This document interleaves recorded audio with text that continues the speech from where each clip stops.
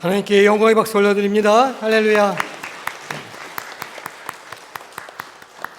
대림절이 시작되었습니다. 주님 오심을 사모하고 기다리며 우리에게 다시 오실 재림의 주님, 우리 심령 가운데 성령으로 임하실 아기 예수를 믿음으로 소망하며 기다리는 우리 모든 성도님들이 되시기를 주님의 이름으로 축복합니다. 우리 다시 한번 박수로 하나님께 영광의 박수 올려드립니다. 오늘은 우리 어린이들 설교가 따로 없어요. 바로 그림판 나눠주시면 되겠습니다. C.S. 루이스라고 하는 미국의 작가가 있죠. 이분이 쓴 이 나니아 연대기라고 하는 이 연대기 소설이 있습니다. 아마 잘 아실 거예요. 1편이 사자 마녀 그리고 옷장이라고 하는 편인데 이 내용을 보면 참 재미가 있습니다. 정말 기가 막힌 세상이 펼쳐지는 거예요. 이 하얀 마녀의 마법에 걸려서 100년 동안 겨울만 계속 되는 땅이 거기에 있습니다. 나니아라고 하는 곳이죠. 눈이 그치지를 않고 강은 꽁꽁 얼어붙었습니다. 숲은 늘 회색빛으로 가득한 거예요. 루이스는 이 100년간 절망적으로 추운 이 땅을 딱 한 문장으로 표현합니다. 항상 겨울이지만 크리스마스는 결코 오지 않는 땅. 어떠십니까? 조금 숨이 막히는 표현이죠. 겨울은 겨울인데 크리스마스가 없다는 거예요. 항상 춥고 어둡고 배고프고 그런데 그 끝에 기쁨이나 선물이나 잔치가 전혀 없는 그저 추운 겨울을 지나고 있는 100년간의 그 절망이 있는 땅이라고 말합니다. 솔직히 우리가 살아가고 있는 세상이 아니면 우리의 마음이 나니아처럼 그렇게 느껴질 때가 있지는 않으신가요? 끝나지 않는 겨울 같은 그런 마음 말이죠. 이 문제는 도대체 언제 끝나는 거야? 내 인생에 크리스마스는 있나? 좋은 날을 내가 볼 수 있을까? 언제까지 이렇게 괴로운 시간만 계속되는 걸까? 희망이라는 단어가 왠지 사치처럼 느껴지고 그냥 오래된 그 추위와 절망에 익숙해져서 두꺼운 외투를 껴입고 하루하루 버티는 게 삶의 방식이 되어버린 그런 삶을 상징적으로 보여주는 거죠. 그런데 이 100년간의 절망 속에 꽁꽁 얼어붙었던 나니아에 어느 날 한 소문이 돌기 시작합니다. 동물들이 서로 귀에 대고 속삭이기 시작하는 거예요. 들었어? 아슬란이 오신대. 아슬란은 예수님을 상징하는 사자를 말합니다. 참 중요한 얘기죠. 아직 아슬란은 이 나니아에 오지 않았습니다. 마녀는 여전히 썰매를 타고 다니면서 자기의 힘을 과시하고 있어요. 날씨는 여전히 꽁꽁 얼어붙을 것처럼 춥죠. 그런데 이 왕이 오신다고 하는 소식 하나가, 이 소망의 씨앗 하나가 사람들의 마음속에 심겨지고 그 땅에 전파가 되니까 놀라운 일이 시작되는 겁니다. 100년 동안 꼼짝도 안 하던 그 얼음이 녹기 시작하는 거예요. 눈이 녹고 졸졸졸졸 시냇물 소리가 들리기 시작합니다. 그리고 새싹이 돋아나는 거예요.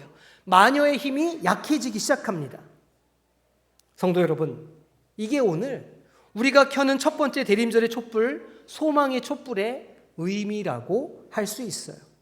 소망은요, 춥다, 언젠가 봄이 오겠지 하는 그런 막연한 기대, 힘 빠지는 기다림이 아니라는 거예요. 진짜 소망은 아직 겨울의 한 복판에 있지만 왕이 오신다라고 하는 그 소식을 듣고 그래서 얼음이 녹고 있다라고 하는 증거를 보면서 더 이상 겨울의 방식대로 살지 않기로 결단하는 것, 그게 소망이라는 거죠. 이건 긴박한 소식입니다. 진짜 아침이 오려고 하나 봐. 이 소식을 들은 사람들은 더 이상 이불 속에 머물러 있을 수가 없는 겁니다. 오늘 본문에서 사도 바울이 로마에 있는 성도들에게 또 우리에게 꼭 나니아의 동물들처럼 그렇게 외치고 있는 거예요. 여러분, 지금이 어느 때인지 아십니까? 밤이 깊고 낮이 가까이 왔습니다. 우리 가운데 왕이 오십니다. 라고 말이죠. 바울은 지금 낭만적으로 여러분 우리 희망을 가져요 라고 노래하는 게 아니에요.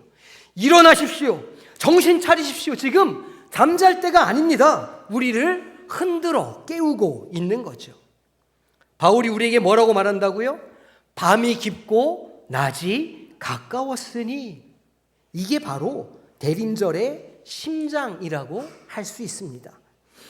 구원이 우리가 처음 믿을 때보다 가까이 다가왔습니다 라고 말하고 있는 거죠. 그런데 이 이야기가 마음에 딱 와 닿으십니까? 아마 아닐지도 모르겠어요. 왜냐하면 우리가 매년 반복해서 듣는 말이기 때문이죠.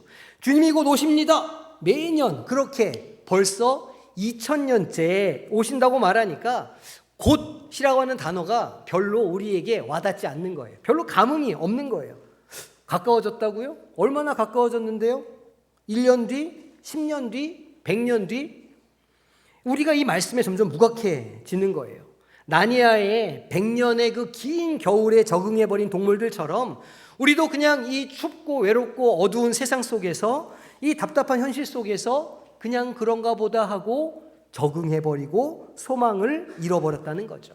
소망, 구원, 하나님의 나라, 아유 그게 뭘 중요해. 그냥 오늘 내가 하루 잘 살면 되지. 오늘 하루 잘 살아남으면 되지 라고 생각하는 거예요. 근데 한번 생각해 보세요. 우리가 서울까지 딱 영도에서 출발해가지고 간다고 한번 생각을 해 보시죠. 한 4시간쯤 가면요 경기도 이천이 나옵니다.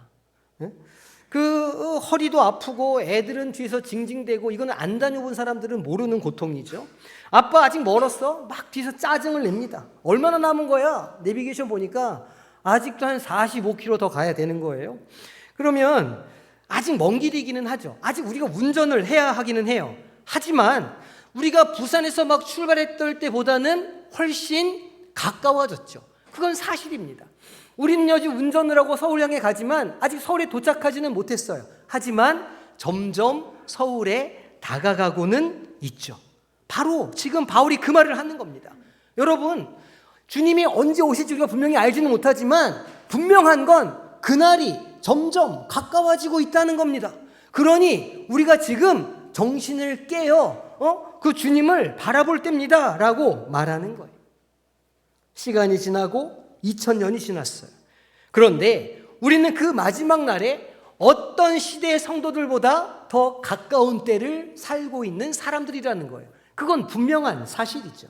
그러니까 오늘 말씀이 다급하게 우리에게 말하는 겁니다. 또한 너희가 이 시기를 알거니와 자다가 깰 때가 벌써 되었으니. 벌써라는 말이 중요해요. 벌써 일어나야 한다는 거예요. 아직 해가 중천에 떠서 아이고 늦었네 하고 일어나는 건 벌써 일어나는 게 아니에요. 그건 기상이 아니고 지각이고 나태함이죠. 진짜 일어나는 사람, 벌써 기대감을 가지고 일어나는 사람들은 언제 일어납니까? 아직 컴컴할 때, 저 멀리 동쪽 하늘이 희미하게 미세하게 밝아오는 그 첫 빛을 보고 일어나는 사람, 그 사람이 벌써 일어나는 사람들이죠. 깨어있는 사람은 그 작은 빛을 보고 벌떡 일어나는 겁니다. 그게 긴박한 깨어 있음이에요. 오늘 우리가 가져야 할 소망의 모습이죠. 뭐 언젠가 해가 뜨겠지 하면서 나태하게 다시 이불 속으로 들어가는 건 대림절의 소망이 아니라는 말씀입니다. 이 소망은 막연한 기다림이 아닙니다. 다가오는 빛을 보고 믿음으로 반응하는 것이죠. 오늘 우리의 삶이 나니아처럼 느껴지실 수도 있어요. 너무너무 겨울이 긴데, 내 인생이 너무너무 춥고 외로운데, 내 인생이 너무너무 힘든데, 이게 언제 끝날지 모르겠는데, 그런데 바울은 우리에게 얘기하는 거예요. 밤이 깊고 낮이 가까웠다.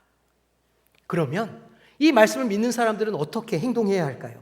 그냥 이불 속에 누워서 해가 뜨네 이렇게 그냥 감상만 하실까요? 아니죠. 우리는 행동해야 합니다. 결단해야 하죠.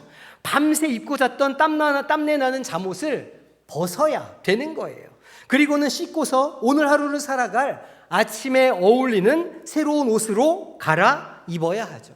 바울이 12절에서 말하는 게 정확하게 그런 모습입니다. 그러므로 우리가 어둠의 일을 벗고 빛의 갑옷을 입자. 여기서 두 가지 행동이 나옵니다.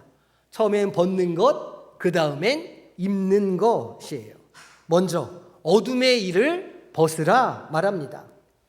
이 어둠의 일이 뭘까요? 우리가 그 추운 겨울에 하던 일들, 아직 소망이 없고 이 땅 가운데 빛이 없을 때 했던 그런 일들을 말해요.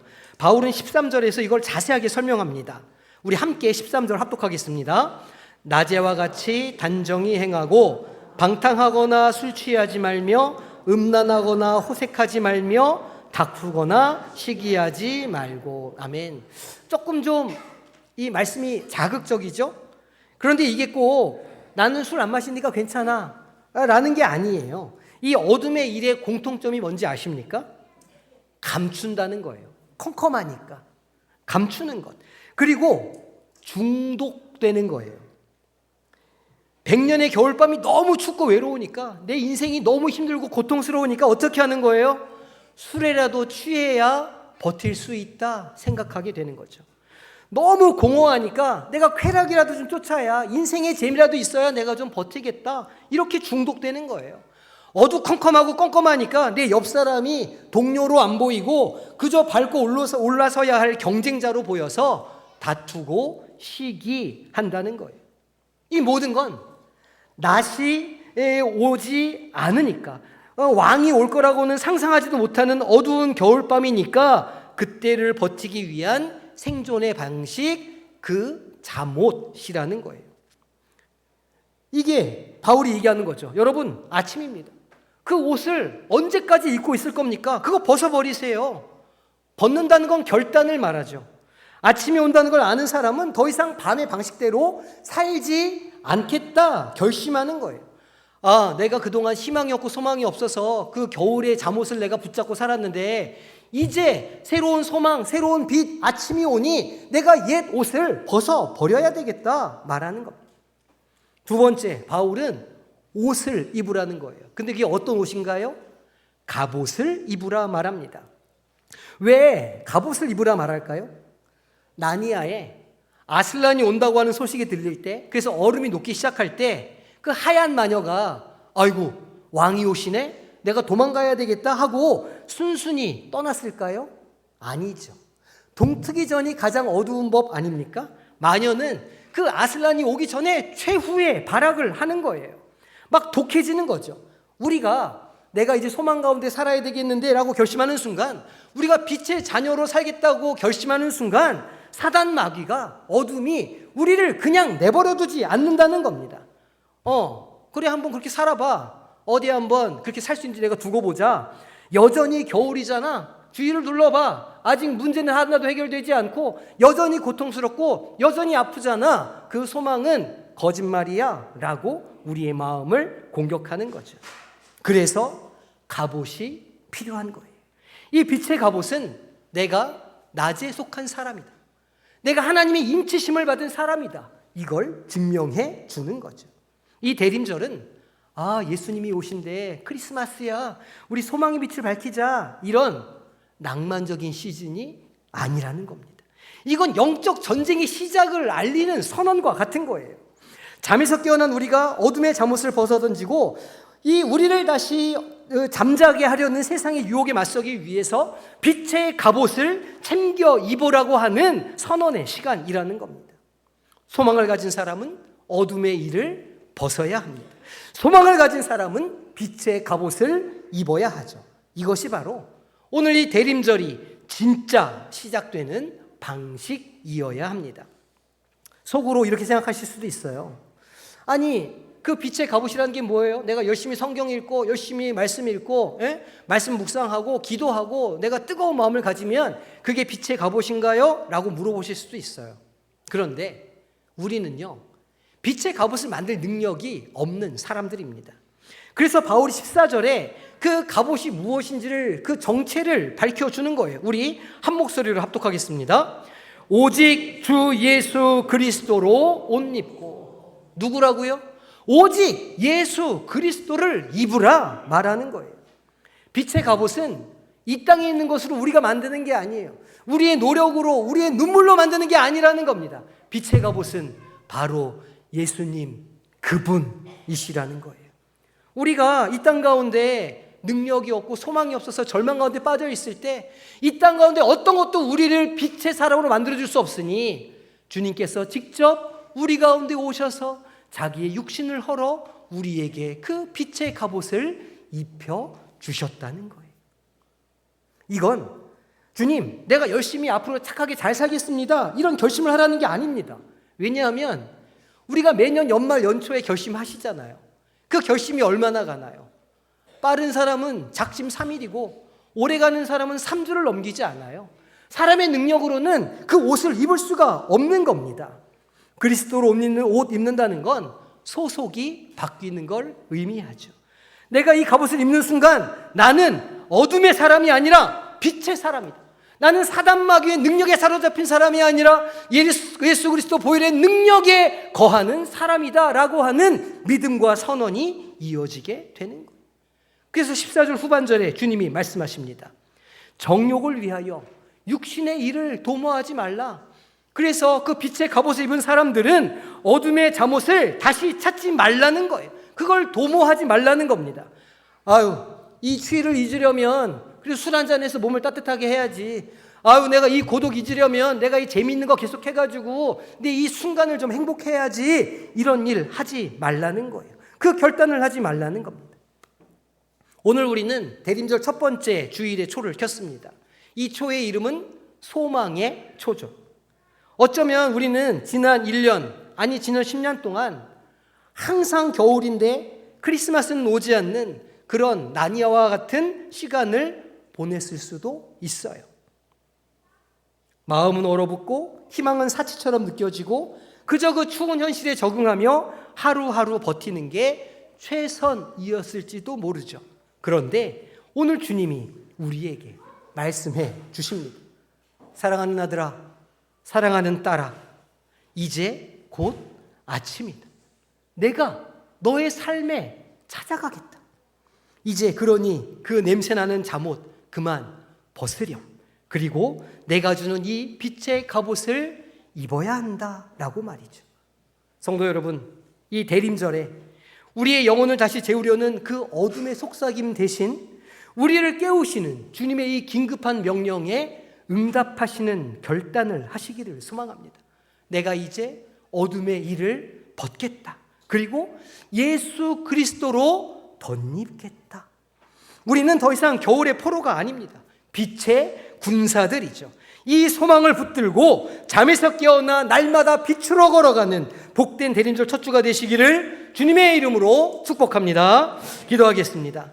하나님, 오늘 주님 주신 말씀처럼 이 대림절 기간에 들어가며 우리가 어둠의 일을 벗고 빛의 갑옷을 입기를 원합니다.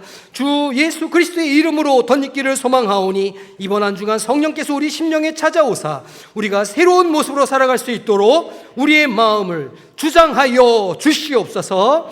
예수님의 이름으로 기도하옵나이다. 아멘.